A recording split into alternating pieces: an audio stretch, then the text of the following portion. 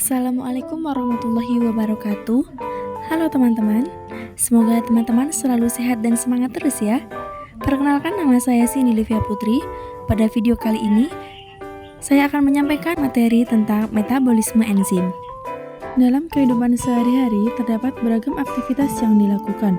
Aktivitas tersebut dapat mempengaruhi kondisi tubuh kita. Kegiatan fisik seperti olahraga berikut ini tentu akan menjadikan tubuh kita bugar.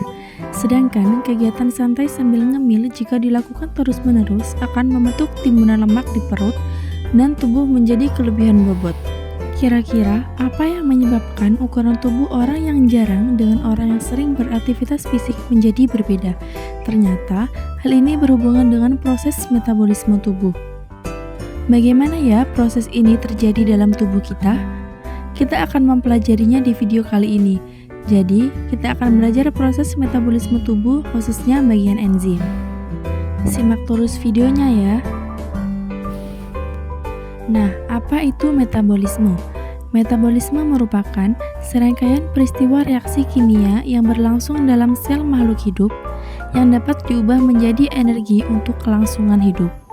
Jadi, saat kita makan, proses metabolisme akan mengolah zat gizi dari makanan yang telah diserap tubuh untuk diubah menjadi energi. Kecepatan proses metabolisme ini akan dipengaruhi oleh enzim sebagai biokatalisator. Artinya, enzim dapat mempercepat reaksi-reaksi biologi tanpa mengalami perubahan struktur kimia. Enzim merupakan senyawa kimia atau protein khusus yang mempercepat reaksi kimia di dalam tubuh dengan cara menurunkan energi aktivasi. Kita dapat memperhatikan grafik berikut. Grafik kerja enzim menunjukkan bahwa enzim bekerja dengan cara menurunkan energi aktivasi. Energi aktivasi adalah energi yang dapat diperlukan untuk berlangsungnya suatu reaksi. Penurunan energi aktivasi dapat terlihat dari selisih energi yang diperlukan dalam suatu reaksi yang dibantu enzim atau tidak dibantu dengan enzim. Dengan menggunakan enzim, energi aktivasi yang dibutuhkan lebih sedikit dibandingkan dengan yang tanpa enzim. Hal ini menyebabkan reaksi dapat berlangsung lebih cepat dengan sedikit energi bebas yang dibutuhkan. Berdasarkan komponen penyusunnya, enzim dibedakan menjadi dua macam, yaitu enzim sederhana yang hanya terdiri dari protein, enzim kompleks atau lebih dikenal dengan holoenzim. Holoenzim terdiri dari beberapa komponen, yaitu komponen protein atau enzim bersifat termolabil atau tidak tahan panas, sehingga mudah terdenaturasi. Komponen non-protein atau gugus prostetik bersifat termostabil atau tidak mudah rusak karena panas. Komponen ini bersifat koenzim, merupakan senyawa organik. Contohnya vitamin, NADH, dan koenzim A. Kofaktor merupakan senyawa logam anorganik. Contohnya ion logam seperti Cu, Fe, Mn, Zn, Ca, K, dan Cu. Beginilah struktur holoenzim dengan komponen yang menyusunnya apoenzim, koenzim, dan kofaktor. Selain komponen yang dapat menempel pada enzim, enzim memiliki sisi aktif, yakni bagian atau tempat pada enzim yang berfungsi sebagai tempat menempelnya substrat. Sisi alosteri merupakan sisi lain sisi aktif enzim yang dapat berikatan dengan aktivator enzim. Sisi ini dapat diganggu oleh inhibitor non-kompetitif. Selain itu, juga terdapat inhibitor kompetitif yang strukturnya mirip dengan substrat. Substrat menempel pada sisi aktif enzim dan akan menghasilkan produk baru. Kerja enzim sangat spesifik karena sisi aktif dari enzim sangat selektif terhadap bentuk kimia dari substrat yang akan dikatalisis. Ikatan yang terbentuk antara enzim dengan substrat bersifat lemah, sehingga reaksi dapat berlangsung bolak-balik. Nah teman-teman, enzim memiliki sifat-sifat berikut. Enzim hanya mengubah kecepatan reaksi. Artinya, enzim tidak mengubah produk akhir yang dibentuk atau mempengaruhi keseimbangan reaksi, hanya meningkatkan laju suatu reaksi. Enzim bekerja secara spesifik, artinya enzim hanya mempengaruhi substrat tertentu saja. Enzim merupakan protein sehingga kerjanya dipengaruhi oleh pH dan suhu. Pada suhu tinggi, enzim akan terdenaturasi atau terjadi perubahan struktur proteinnya, sedangkan pada suhu rendah enzim akan terhambat. Enzim bekerja secara bolak-balik atau reversibel, artinya enzim dapat mengkatalisis penguraian suatu senyawa menjadi senyawa lain maupun sebaliknya. Mengkatalisis penyusunan senyawa-senyawa tersebut menjadi senyawa semula. Selain itu, dalam proses metabolisme tubuh, enzim hanya diperlukan dalam jumlah yang sedikit. Enzim berupa koloid dapat bereaksi dengan substrat asam maupun basa dan dapat digunakan berulang kali. Mekanisme kerja enzim terjadi apabila suatu molekul substrat menumbuk molekul enzim yang tepat, maka sisir tersebut akan menempel pada enzim, membentuk kompleks enzim substrat, dan mengakibatkan terjadinya reaksi yang berakhir dengan terbentuknya molekul produk. Pada video tadi kita sudah membahas tentang konsep metabolisme, dan sekarang kita akan membahas tentang proses-proses metabolisme yang terdiri dari katabolisme dan anabolisme. Katabolisme merupakan proses pemecahan senyawa kompleks menjadi lebih sederhana dan di akhir prosesnya dapat menghasilkan energi. Sedangkan anabolisme adalah sebaliknya, menyusun senyawa sederhana menjadi kompleks dan dalam prosesnya membutuhkan energi. Ada dua jenis metabolisme. Untuk yang pertama, kita bahas tentang katabolisme dulu ya. Simak terus videonya. Jadi, sekarang kita sudah tahu konsep katabolisme, yaitu proses penguraian senyawa kompleks menjadi senyawa sederhana. Proses ini menghasilkan energi, sehingga disebut juga dengan reaksi eksergonik. Melalui proses katabolisme ini, energi yang dihasilkan dapat dimanfaatkan untuk melakukan berbagai aktivitas. Energi tersebut berupa ATP. Proses katabolisme yang berlangsung dalam hidup manusia berasal dari bahan makanan seperti karbohidrat, protein, dan lemak. Salah satu contoh katabolisme adalah respirasi sel.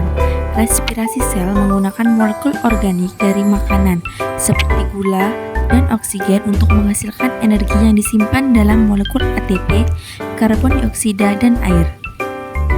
Nah, berdasarkan kebutuhan akan oksigen, katabolisme dibagi menjadi dua, yaitu respirasi aerob, merupakan respirasi yang membutuhkan oksigen bebas dari udara untuk menghasilkan energi, dan respirasi anaerob, yaitu respirasi yang tidak membutuhkan oksigen bebas dari udara untuk menghasilkan energi. Pertama yaitu respirasi aerob. Respirasi aerob merupakan respirasi yang membutuhkan oksigen.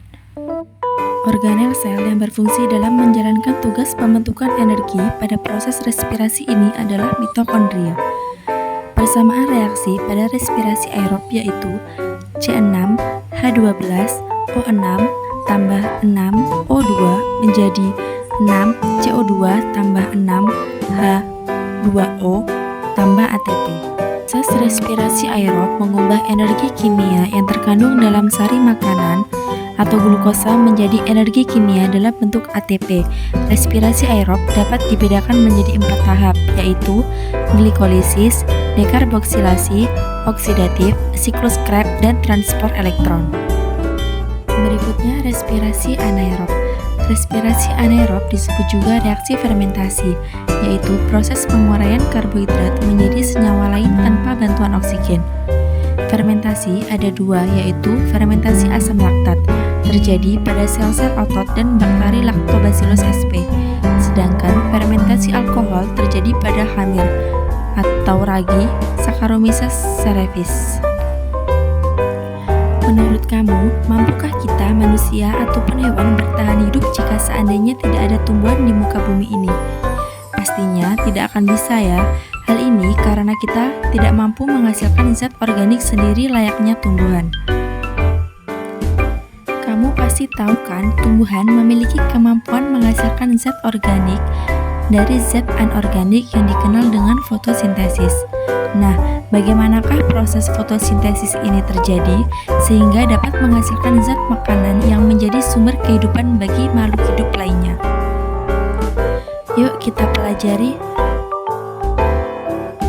Tahukah teman-teman, fotosintesis adalah salah satu contoh proses anabolisme. Anabolisme adalah penyusunan senyawa sederhana menjadi senyawa kompleks dan membutuhkan energi dalam prosesnya. Contoh proses anabolisme antara lain fotosintesis, kemosintesis, sintesis lemak, dan protein. Pada video ini kita fokus membahas fotosintesis ya. Fotosintesis adalah pengubahan zat-zat anorganik, karbon dioksida, dan air oleh klorofil menjadi zat organik, karbohidrat dengan bantuan cahaya. Berikut reaksi kimianya. Reaksi fotosintesis terjadi di organel sel yang disebut kloroplas, yang biasanya ditemukan pada daun tumbuhan. Kloroplas memiliki membran lengkap, ada membran luar dan membran dalam. Kloroplas memiliki cairan yang disebut dengan stroma, yang digunakan untuk menyimpan hasil fotosintesis. Kemudian ada tilakoid, yang merupakan struktur berbentuk kantong datar yang berisi klorofil. Tumpukan tilakoid disebut dengan grana. Proses fotosintesis berlangsung melalui dua tahap. Ada reaksi terang yang membutuhkan cahaya sebagai sumber energi. Jadi, reaksi ini hanya berlangsung di siang hari. Dan reaksi gelap yang tidak membutuhkan cahaya sebagai sumber energi, karena sumber energinya berupa energi kimia.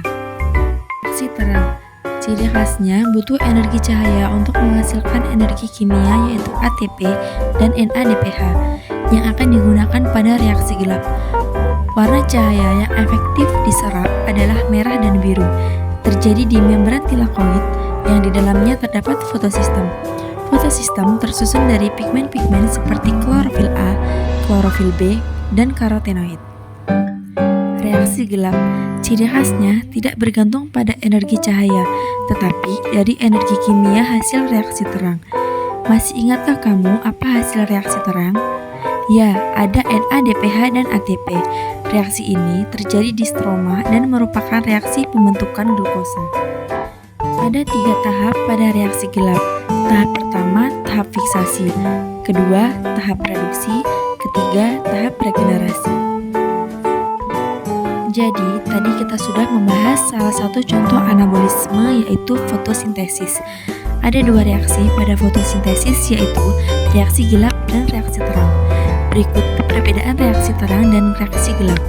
Reaksi terang membutuhkan cahaya dan terjadi di tilakoid. Pada reaksi ini dibutuhkan H2O dan terbentuk O2, ATP, dan NADPH. Reaksi gelap terjadi di stroma membutuhkan CO2 dan energi kimia, yaitu ATP dan NADPH. Pada reaksi ini terbentuk glukosa. Semua proses tersebut terjadi di kloroplas. Nah, sampai sini dulu pembahasan kita. Sampai jumpa. Wassalamualaikum warahmatullahi wabarakatuh.